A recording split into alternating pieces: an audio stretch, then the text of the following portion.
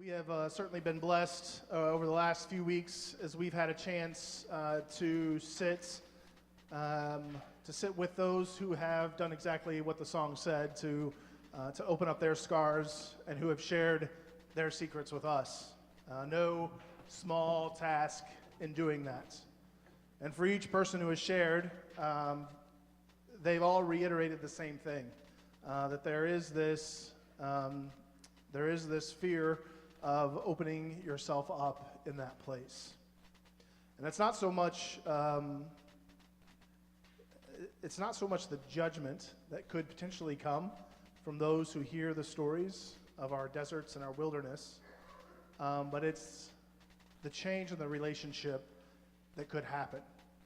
And if you've ever experienced that, and I think probably most of us always have, of where somebody who we knew learned something about us, or we maybe did something wrong, and they looked at us differently. We saw our place in their life change. And that is a hard place and a hard reality to live in. And so it becomes very difficult to hear, to see that, to share these delicate, intimate, vulnerable places, and to have the posture of those around us change. And so I'm so thankful for the stories that we've been able to hear, but even more so thankful for you all as a faith family to hear these stories in grace and to come alongside the stories that have been shared. This morning, Mark Fouch is going to share his story. It's a story that has been a part of him for a long time. And we've talked about him sharing it for a long time, since you've been coming to faith. And today is the time that he gets to bear his soul. And so, Mark, would you please come up and know that you are covered in our thoughts and your prayers as you share the message that God has given you.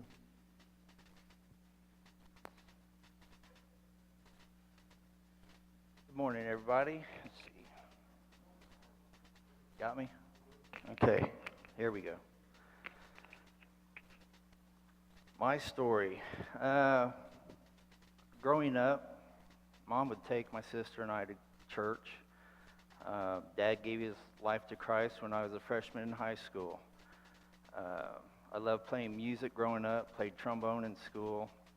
Also taught myself to play the guitar. I would play trombone for church, and from time to time would sing and play guitar. As a youth, up until going to high school, I enjoyed going to church. Not all the time, but I did enjoy being with church family and other kids that were my age. We all played instruments together and had a great time. We had moved to Noblesville the summer before 6th grade. It's when I met Susie and her mom, pick us up, take us to church. Kind of crazy, think about it now. But the transition between schools was hard for me. Not knowing anybody and just trying to fit in with my peers was kind of hard. But once I hit 7th grade, I was kind of comfortable with my surroundings and everybody, made friends. Went into high school, and it was another transition for me, trying to fit in with my peers. My interests were moving away from God, and once again, just trying to fit in with my peers. I had made some great friends through high school or through junior high, but in high school, just a whole different group of students altogether. Upperclassmates mainly in band, as everyone in high school had band together. We're in junior high, you just have band with whatever grade you're in. I'd always held first chair, and once I was in high school, I was second chair, which was awesome because the guy that was first chair was a senior. And I had found out that in band, I could get out of the house more, as I was in pep band, jazz band, regular band, and marching band. Surrounded by those I looked up to and wanting to fit in, and that's when I was introduced to drugs. As I got into that more and more, my choice of friends changed. Also, those that were great friends of mine started to push themselves away from me as they didn't want to be surrounded by what I was all about. And I just wanted to keep myself surrounded by those that I thought were cool. And all this time, I was still going to church with my parents. Midway through my freshman year, I had my first encounter with the law as I was caught with marijuana at school. My parents came, as well as the police.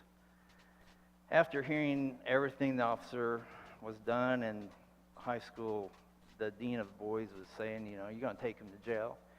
And he said no, and then was released to my parents. Ended up going to court and was on probation for about 6 months at that moment. Tensions were high at home, and I was confined to my room, no activities at all. And after a while, I was ungrounded as I was given an effort to do as I should. Once returning to school, I was received by many negatively. Those rightfully wanting to distance themselves from what I was about.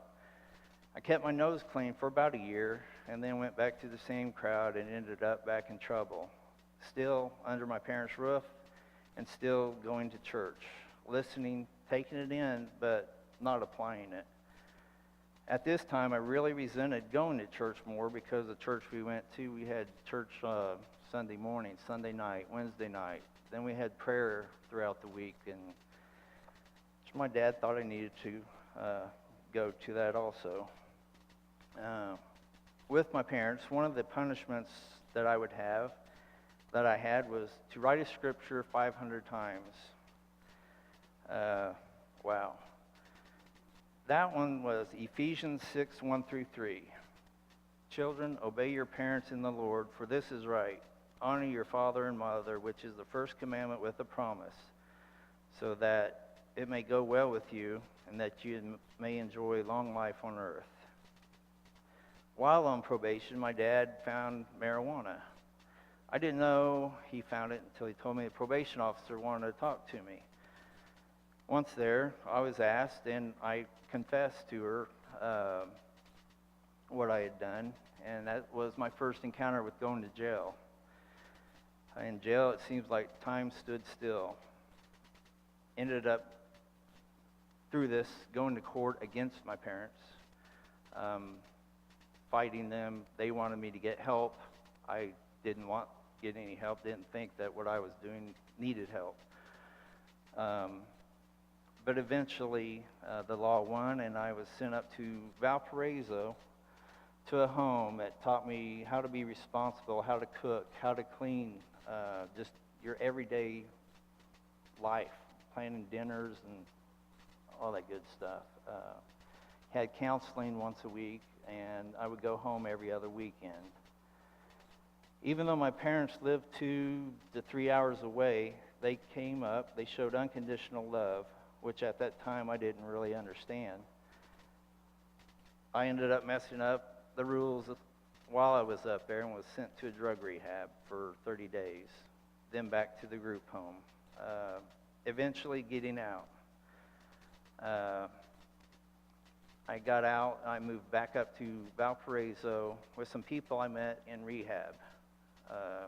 Great bunch of people to live with. That didn't work out. Found myself homeless, scared and not knowing what to do after a week on the streets. So I called my parents, who took me back. This was during my senior year of high school, and of course I ended up dropping out. While back home, I did get my GED. I got settled in at home and fell back in with the same crowd and going back to jail. Enough was enough with my parents, and I was back on the streets again. Had moved in. There was a chaplain at the jail that I'd gotten to know, and he allowed me to move in. He had a barn and had a room in it, and that's where I lived for a little while. But eventually, I went back home. Through everything, my parents were still hopeful that I would turn my life around. While out one night, friend of mine was telling me that we could get money out of a business that was just down the street.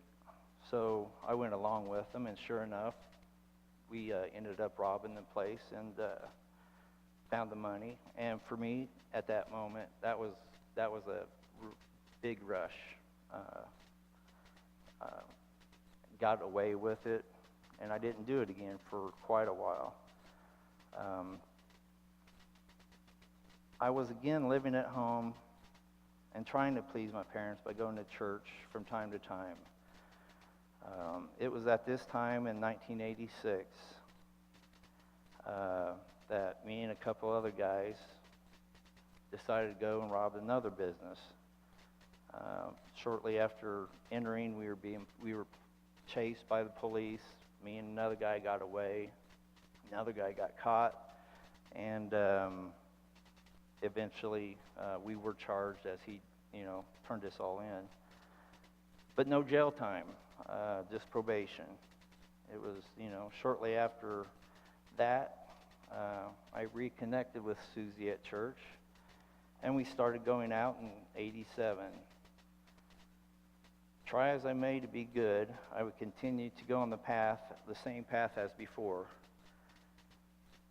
I ended up having my own place, still trying to fool everyone around me. I had lost my job and was behind in rent, and not knowing what else to do, and not wanting to face being homeless again. I turned to some friends with my situation and started robbing businesses late at night and on the weekends only. We would keep our eyes on the local paper just to see the investigation. And we went from the back of the page all the way to the front of the newspaper.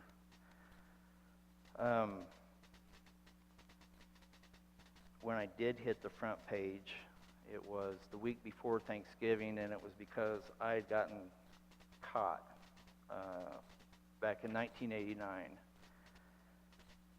I knew at that moment what I had done, and I was in some serious trouble. Marion County and Hamilton County both had charges against me. This was my rock bottom. I remember lying in bed at night praying to wake up from this nightmare. But it wasn't a dream. Again, my parents were there for me, and Susie also. I prayed for protection and to be spared a long sentence. The phrase, "Don't do the crime unless you can do the time," was what I lived by. I knew what could happen and was willing to chance it. In Marion County, I was given an 8-year sentence to run concurrent with what Hamilton County gave me. Hamilton County gave me 85 years. It was at this time that the full impact of what I did really hit me. I went through 3 more court appearances and finally got it down to 8 years.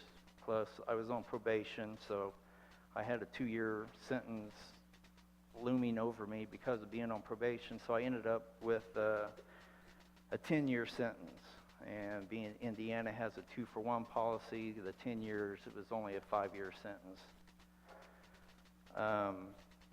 Plus, I had 8 years probation afterwards and paid many thousands of dollars back in restitution to cover damages. During this time, though, I saw God show up in many ways and a lot of answered prayers. My parents came to visit me once a week. Everything I put them through, they were still there. I would pray that, that whatever facility I would go to, it would be close to home so that I could get these visits. That's when I went to Pendleton. I was there for 4 years, and the whole time I would get weekly visits from my parents, even after I put them through all that. Then with under a year left, my security level at the prison had changed, and a bunch of us were being moved to a prison up by Michigan, where it was known that you had to fight to keep what you had, and the potential for me having longer sentence was very real. I prayed about it and met with the counselor, and my security level had dropped low enough to where I could go to an honor camp, and spared the part of going up and having to fear for my, life and my freedom. I learned a lot. Mainly that if you need help, ask. I still struggle asking, but I know that, you got to ask for help when you need it. For me, there's no other way about it. I also learned how to listen to my heart, or what I believe is my spirit. It's that feeling you get that you know that you should do something, and when you do what your heart tells you to do, you might not know why you did this, but for me, a lot of times if I don't do what my heart tells me to do, I do see the instances where I should have said something and regret that I didn't follow my heart to be able to help somebody, perhaps.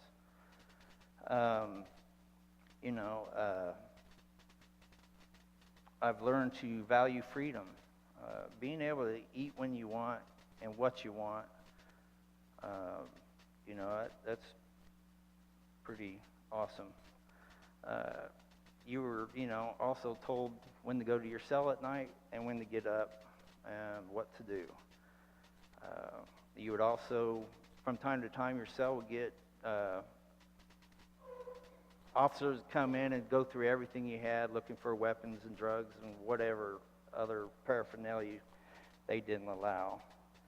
I was released Thanksgiving Eve, 1994, with my parents and sister coming to get me. I had, prior to this, had reconnected with Susie about 6 months prior to being released. Once out, Susie and I started dating, and on December 9th of 1995, we were married, and it was a joyful time, as I also gained a daughter in Rachel. One thing you don't think about as a youth is that your actions can impact the rest of your life. Here, 29 years later, and I'm still dealing with the aftermath of my actions. First off, getting a job. A lot of applications ask for criminal history, if you have one. And the best thing to do if you are in this situation is to tell the truth. It's the only way, and you never know if employers will find out if you lied or not. You lie, you lose your job. And the line of work that I'm in has allowed us to live a comfortable lifestyle that wouldn't be possible had I lied. I told this what I got into, and the plant manager had asked me, had I been in trouble. I told him what I had done. I told him prior things that I had done. He checked me out, called me up, says, come on in for the interview. And I got the job. Wouldn't have been possible had I lied. Not only does your past actions affect a potential job, it also affects being able to participate in certain events. James was in Cub Scouts, which is where I met Patrick. I was asked to be an assistant to our leader, but the application asked about arrests. And being honest, I let them know that I had been arrested and what for, and they said that, I can't be an official assistant, but I could be an unofficial assistant. They accepted me, appreciated my honesty, and that did me a world of good to know that there are people out there that no matter what you've done can look beyond that.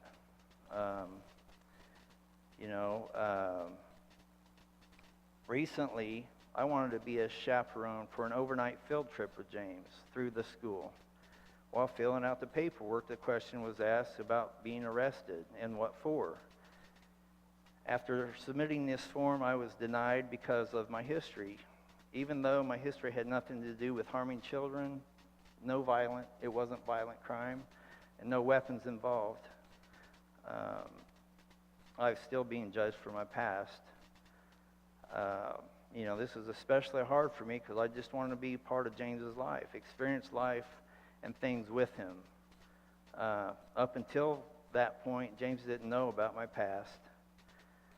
But I thought he was old enough and mature enough to understand, but was still scared that revealing my past would change how he looked and acted towards me. There was a period of time where Susie and I had split up. Paige had found out,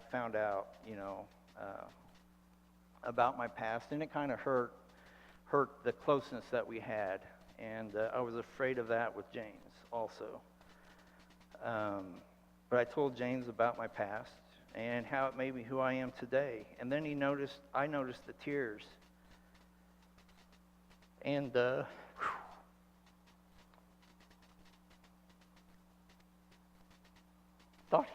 thought he was upset with me.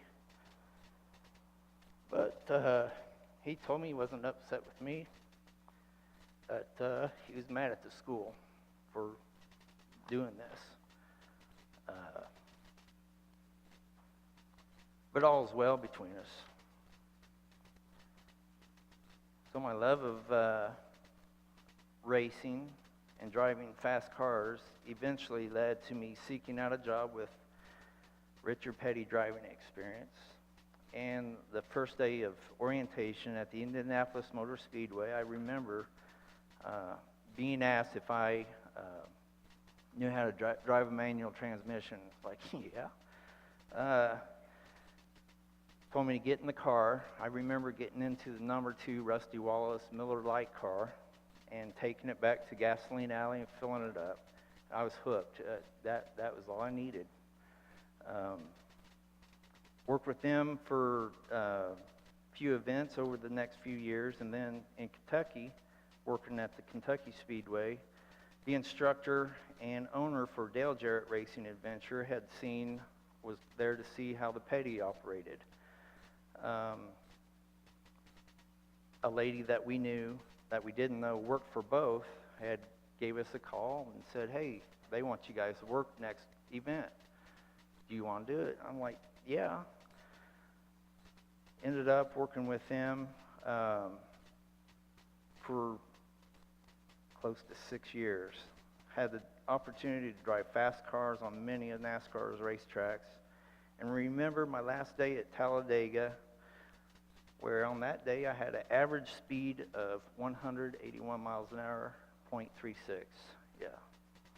Along this journey, I met a lot of people, made friends with some pretty awesome people. But none of this wouldn't have been possible if it wasn't for the fact that I worked very hard and gave them 110% of myself. One friend of mine went to work for a NASCAR race team, and I remember jokingly stating that to him that if he ever needed a hard worker to work on the weekend of the Brickyard 400, that I would be up for it. 5 hours later, I got a call back and wanting all my information that they could use me. That was a weekend I will never forget. And while thanking him, he told me he knew my work ethics and that I would fit in good. Hard work and honesty and determination made these things possible. The Lord has truly blessed me. Even after everything I did, His love is still there no matter what. Susie and I, prior to coming to faith, hadn't been to church in close to 15 years. And I kept feeling the conviction in my heart that I wasn't being fair to our kids. We needed them to know God and what Jesus had done for us. At least give them the knowledge to be able to choose the path they want. For me, growing up, going to church has helped me to be who I am today. Although I strayed, He is still there and right beside me. His love has never ceased to be with me. God has accepted me with all my heart, all my faults.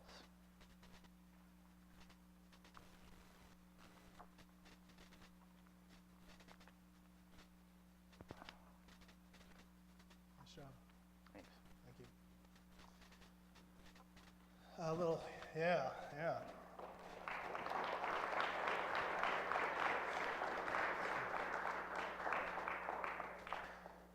We'll do a little Q&A. I'll point out some things that I heard and ask some questions, and then we'll take a few questions from you folks, if anybody's got anything out there. But first of all, it sounds like, John, you've got a trombone player right here. He was only second chair, but, you know. Guitar. That's different from the guitar, right? Yeah, guitar. So, we were in Scouts together, and I remember, like, in our relationship when we went to that next level was when I came to visit you in the hospital. Lisa McGrail has this relationship with me where she calls me to go visit her friends that are in the hospital. And it kind of sucks, Lisa, so never sure how to approach that or if they even know that I'm coming.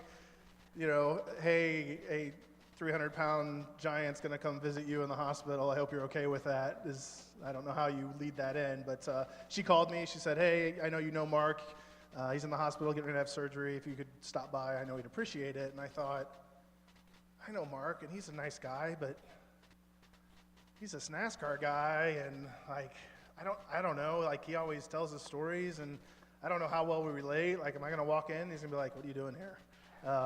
So I was nervous coming, and I know you really appreciated it, but I remember that's where it really changed for us. And then we began to kind of explore this story as you came to faith, and your family kind of settled here with us, which I'm so thankful for. You talk about just the struggle. You know, the struggle of the teenage years is there for all of us. I think most of us, with the exception of Cammie, who was a goody two-shoes, the rest of us, and Ross, the rest of us, had some struggle with our teenage years. And so, and I think particularly with those who kind of get on the wrong path, it gets hard to break that cycle. You know, Proverbs 26:11 says, like a dog returns to its vomit, a fool returns to his folly. What do you think, what is it that makes it so hard to break that cycle of poor choices or foolish acts or foolish friends or whatever? I mean, for me, it was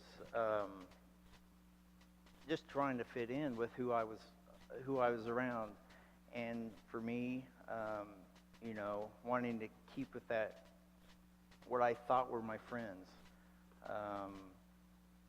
It's hard sometimes just to get out of a rut, to get out of something that you're comfortable with, and I was comfortable. You know, it just, I don't know. Yeah, our Dallas Willard says that our souls are hungry. Our soul has this insatiable appetite, and it can only be satisfied in the things of life with God.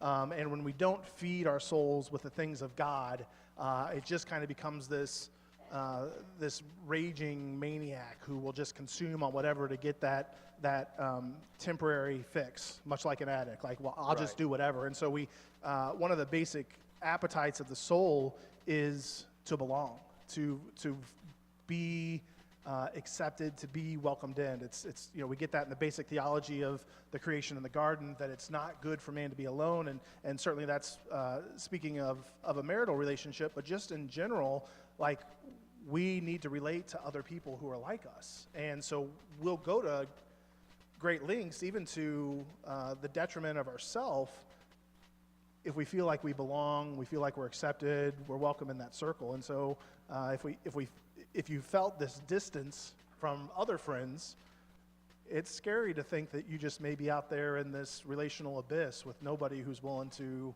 befriend you or come alongside you or like you.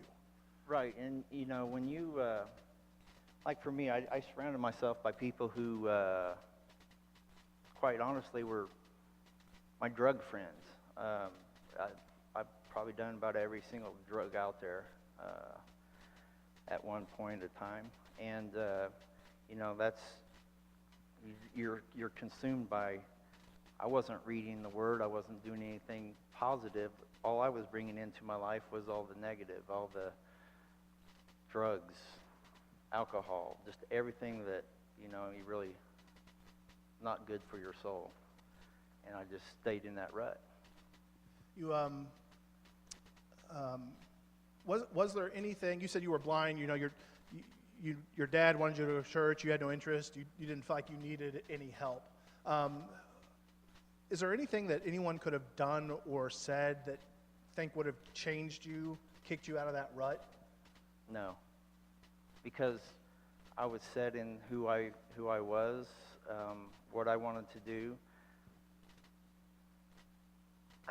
For me, to be honest, at that age, to me it just wasn't cool to be, going to church. My friends didn't go, and just kind of always worried that somebody might see me walk into the church, because I had, a split personality, kind of. I was going to church trying to be that person at church, but yet when I was away, I was completely different. I never had a problem being two different people in two different circles. So, but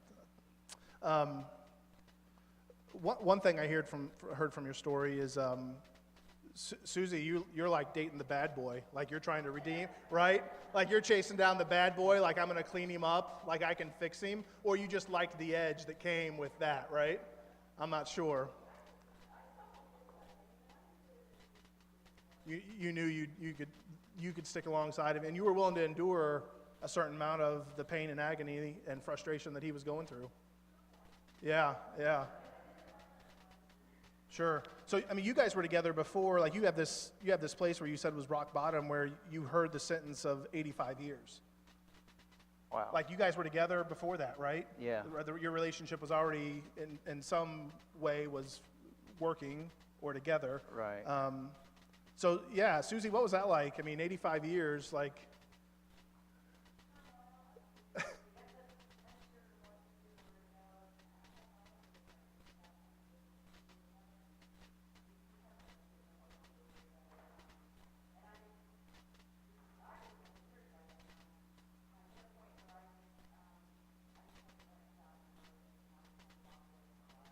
Sure.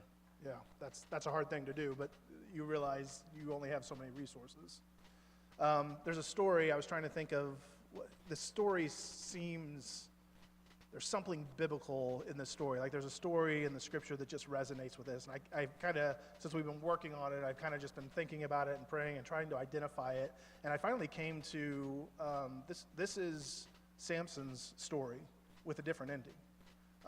And being in the 80s and being in NASCAR, you probably had long hair, didn't you? You probably had a mullet, didn't you?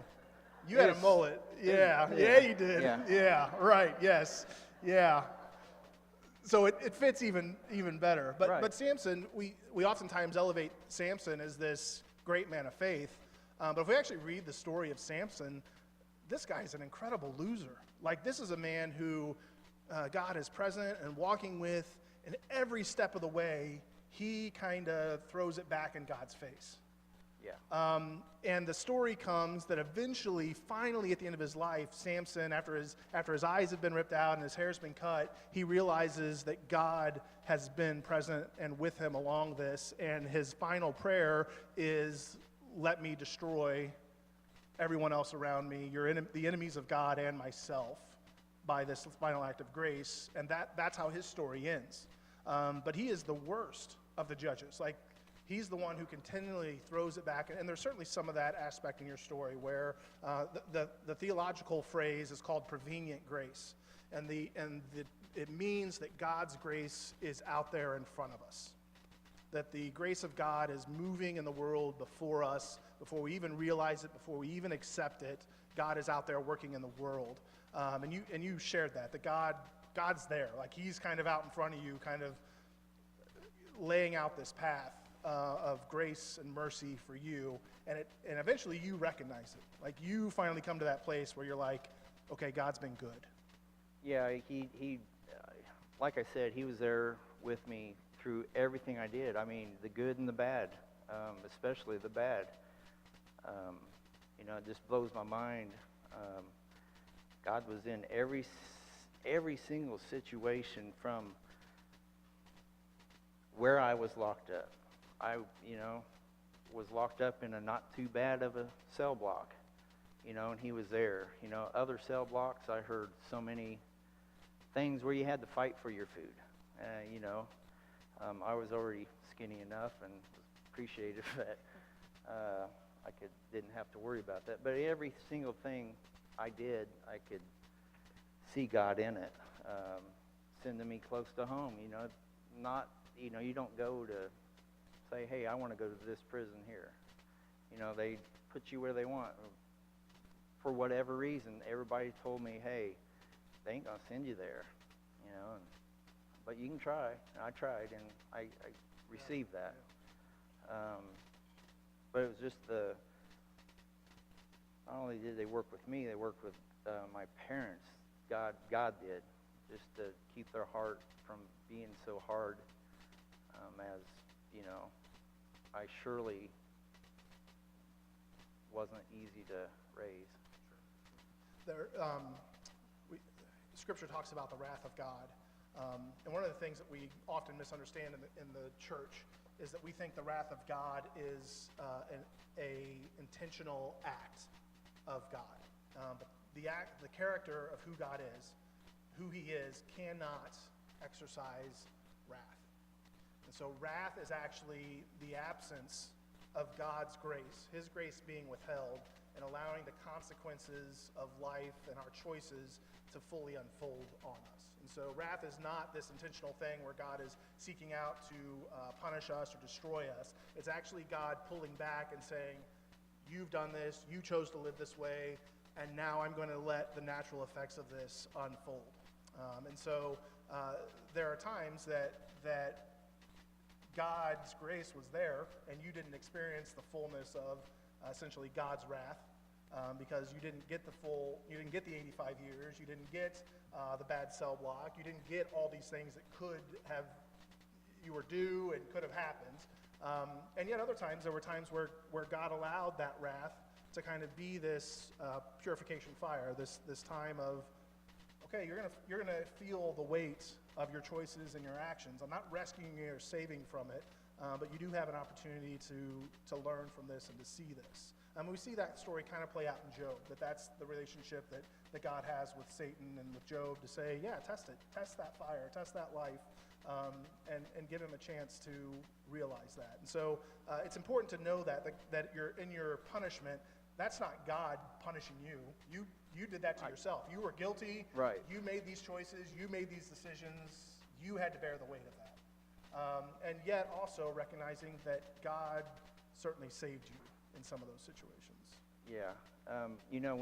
When I was given the 85 years, I received that and was given a little bit of time to freak out on it.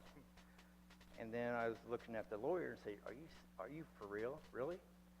He says, if you really look at everything, he says, actually, if they charged you singular, one for one, for everything I did, I was looking at over 300 years.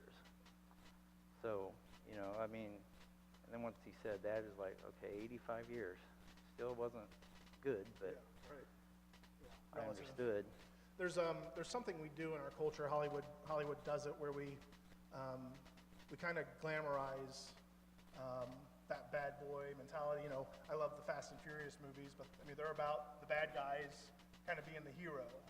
There's an old movie with Burt Lancaster and Kirk Douglas called Tough Guys, where they're these old school train robbers, and it celebrates them. They're the heroes. And also the villains at the same time, and so we have series like Orange is the New Black, and so we kind of glamorize prison and jail as well, like it's this kind of not so bad thing, right? And you hear news stories of jail, you get 3 square meals a day, and you get to work out, and you can do all these things. But if we're honest, I did prison ministry for 3 years. Like, prison's not a glamorous lifestyle. No, none whatsoever. There's nothing that you want in that. No, and when I got arrested, I always took it on me, because I knew that I was the one that put myself in that situation, and never would ask my parents for money. I did it one time towards the end, but you're only making $5 or $25, a day. So you learn to micromanage, live off of $30 a week or a month. Yeah. And the guys in there are hard. Like they're. Yeah, my first two cellmates were in for murder. And, you know, it's kind of unnerving to know that this guy in the room with is killed somebody. And he told me his whole story, laid it all out. Another instance, I was talking to a guy. I asked him, I said, well, how long you been locked up? He says, I got locked up July 29th, 1967. I was 25 years old at the time I was talking to that man. And when he said that, I freaked out. I was born the day he got arrested, and he's been locked up the whole time. And to all the experiences that I had up through this time, he was locked up. And that was another reality of, wow, you know, this ain't good. There's two layers of your story, as we've heard of the other stories through Lent. There's one, we can walk away from this and we say, oh, Mark Fouch talked and told the stories about his felonies and his time in jail. The other story is certainly that God's prevenient grace was going out before you and saving you and rescuing you and keeping you from some harm. Would you agree with that? Oh, absolutely. Would you agree? Would you say is there another layer that is worth us hearing or knowing? I think those are the two main ones. For me, yeah. And I think just also the power of that prevenient grace showing up in the love of your family. Right. Of Susie, of course, making that journey with you, of your kids, of knowing your story and still loving you as dad. I can't imagine the fear that would come from seeing that relationship change, but also your parents, of having that relationship redeemed, reconciled, and having that restored by God, and by time, because it does take time. I'm sure it wasn't right back to like things are all okay. I'm sure Right. holiday meals were pretty awkward for a while. Yeah, but you know, the thing is, Mom and Dad never stopped praying for me. You know, I mean, they still are praying for me to this day, and just the, you know, I mean, everything I put them through. I mean, it wouldn't blame them for not wanting to do, you know, have much to do with me. I really put them through a lot. Any questions that anybody has for, yeah?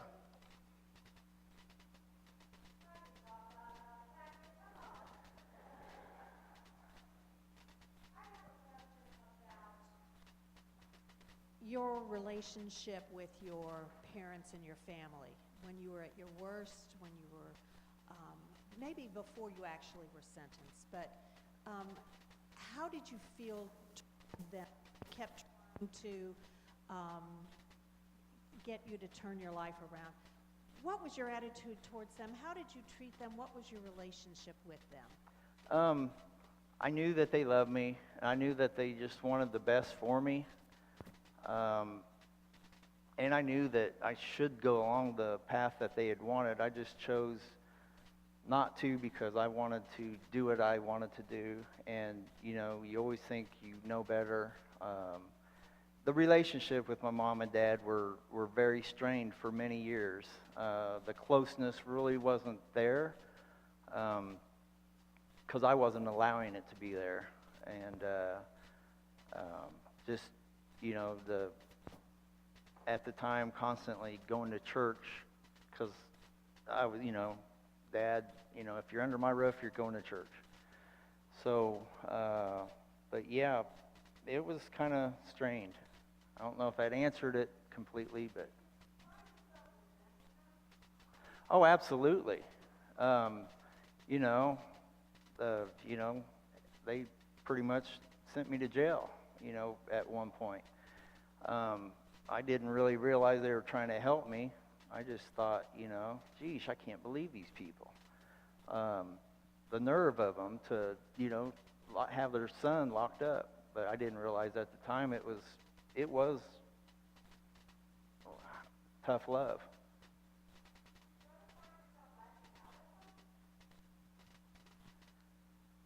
As far as, um, I, from time to time, I would store up, I would kind of not let my feelings out there, but then I got to a certain level and would explode, and they would get the brunt of it.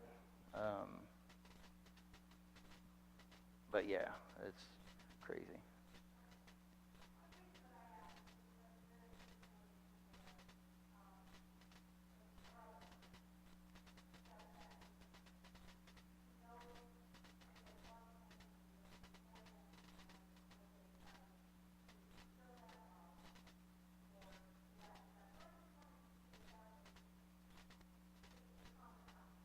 Yeah, just for me, and with I kind of know what you're talking about.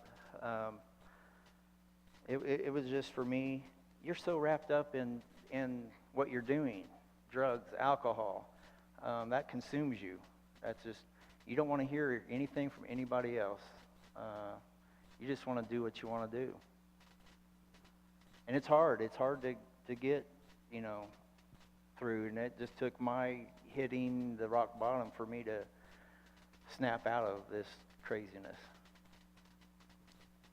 Hey, thanks for sharing your story.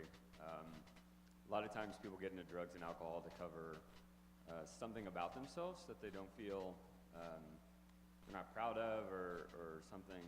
What for you have you learned over the years that you've gotten comfortable with yourself that you haven't kind of reverted back to those behaviors?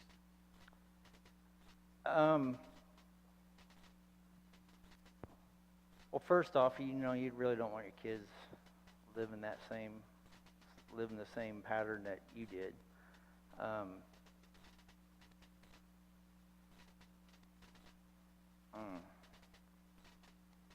I know for me, when I got into drugs, it was to the girl I had a crush on was into it. So I wanted to be part of her, so I got into it. Not you. But that's why I got into it, and it was stupid, but I got into it, I liked it, and I was consumed by it. I don't know if that helped or answered or. One more?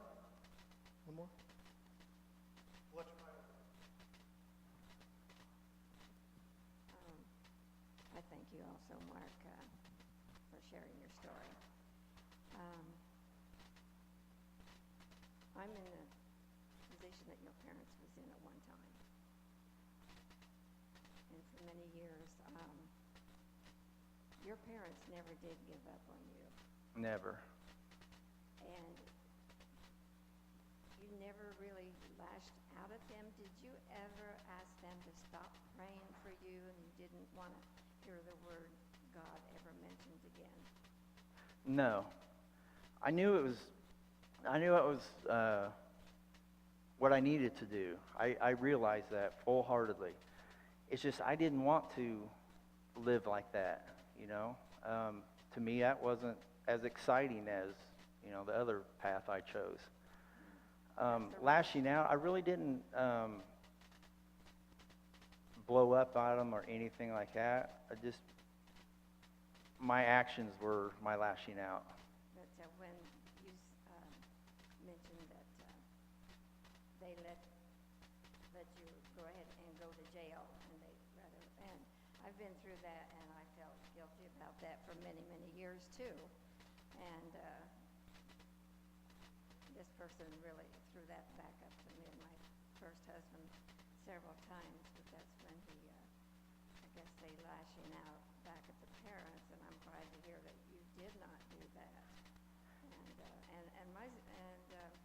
Well, I'm talking about my son, obviously, for many years, and he grew up in a Christian home.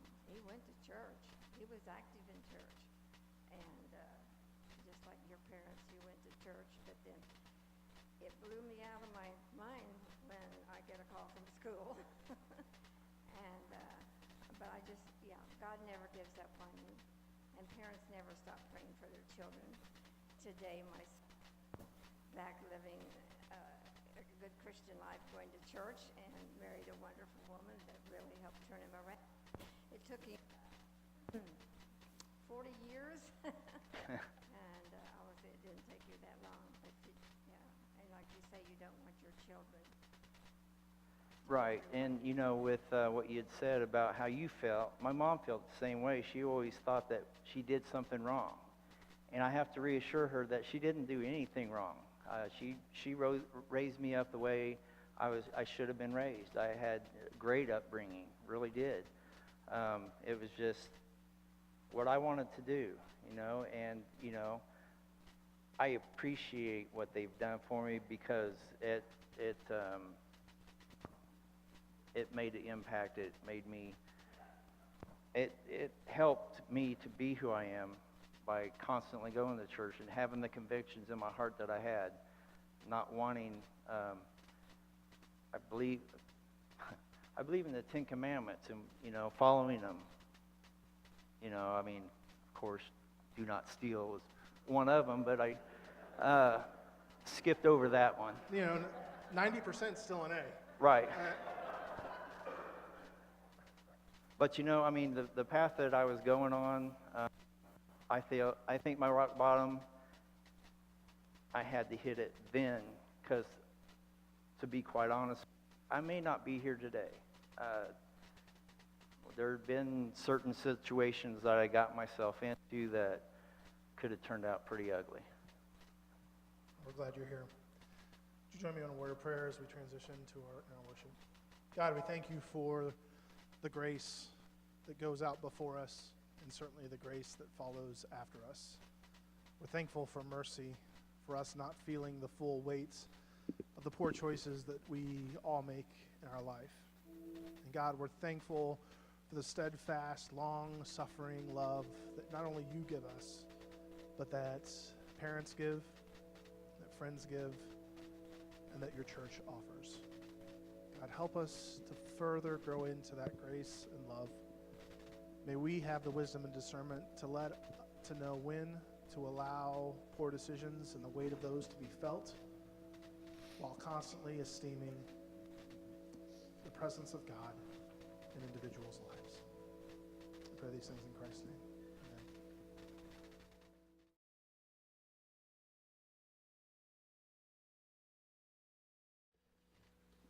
Of course, St. Patrick's Day was yesterday, and one of the things that St. Patrick and the Celtic faith offered was being able to walk through this world that God has created and has placed these beacons of his goodness and gracious, and all of creation was to walk through life, being there and see God's presence and the beauty in the world around us. And so as we walk by day and as we walk by night, as the song says, that we would see God present and working in the world around us. And so my prayer as we close out comes from and is adapted from St. Patrick's prayer, his breastplate, that speaks of God being the world around we walk through our day.